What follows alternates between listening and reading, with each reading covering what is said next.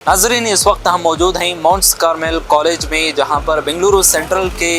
Voting की counting जारी है। आप मेरे पीछे देख सकते हैं कि काफ़ी जो है सिक्योरिटी के साथ, पुलिस इंतजामात के साथ ये सिलसिला जारी है। अभी लोकसभा इंतखाबात 2024 के जो नताइज होने वाले हैं वो तमाम के लिए काफ़ी अहमियत रखते हैं, चाहे वो दूसरी जो भी सियासी पार्टियां हैं उनके सिलसिले में हो या फिर तमाम हिंदुस्तान की आवाम हो, उनके सिलसिले में भी 2024 के जो इंतखाबात हैं काफ़ी अहमियत रखते हैं। इन तमाम मराहिल से होते हुए जो भी 7 मराहिल में वोटिंग हुई थी, उसके बाद 4 जून को आज जो है नताइज का दिन है। अभी बेंगलुरु सेंट्रल में जो है कांग्रेस की जानिब से जो उम्मीदवार रहे हैं मंसूर अली खान, और बीजेपी की जानिब से जो कैंडिडेट रहे पीसी मोहन, इन दोनों के बीच बताया जा रहा है कि काफ़ी टक्कर देखने को मिल रही थी काउंटिंग के दिनों में भी। अभी भी बताया जा रहा है कि हो सकता है कि इन दोनों के बीच में जो भी वोटिंग हुई है वो काफ़ी दिलचस्प होगा। इन दोनों के दरमियान जो नताइज होगा वो देखने के लिए काफ़ी दिलचस्प होंगे।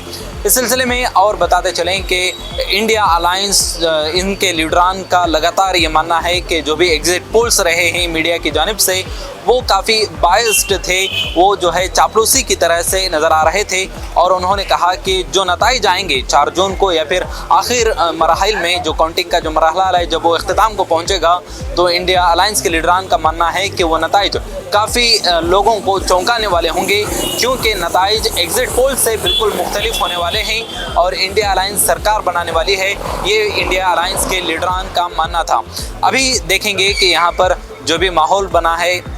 और लोगों की जो दिलचस्पी रही है 4 जून के इंतखाबात जो भी रिज़ल्ट आने वाले हैं उनकी दिलचस्पी के लिहाज से हम आपको अपडेट करते रहेंगे कि जो भी इंडिया अलायंस का हो या फिर इंडिया अलायंस का हो, जो भी मामला रिज़ल्ट का है, उन तमाम अपडेट्स हम आपके सामने लेकर आते रहेंगे।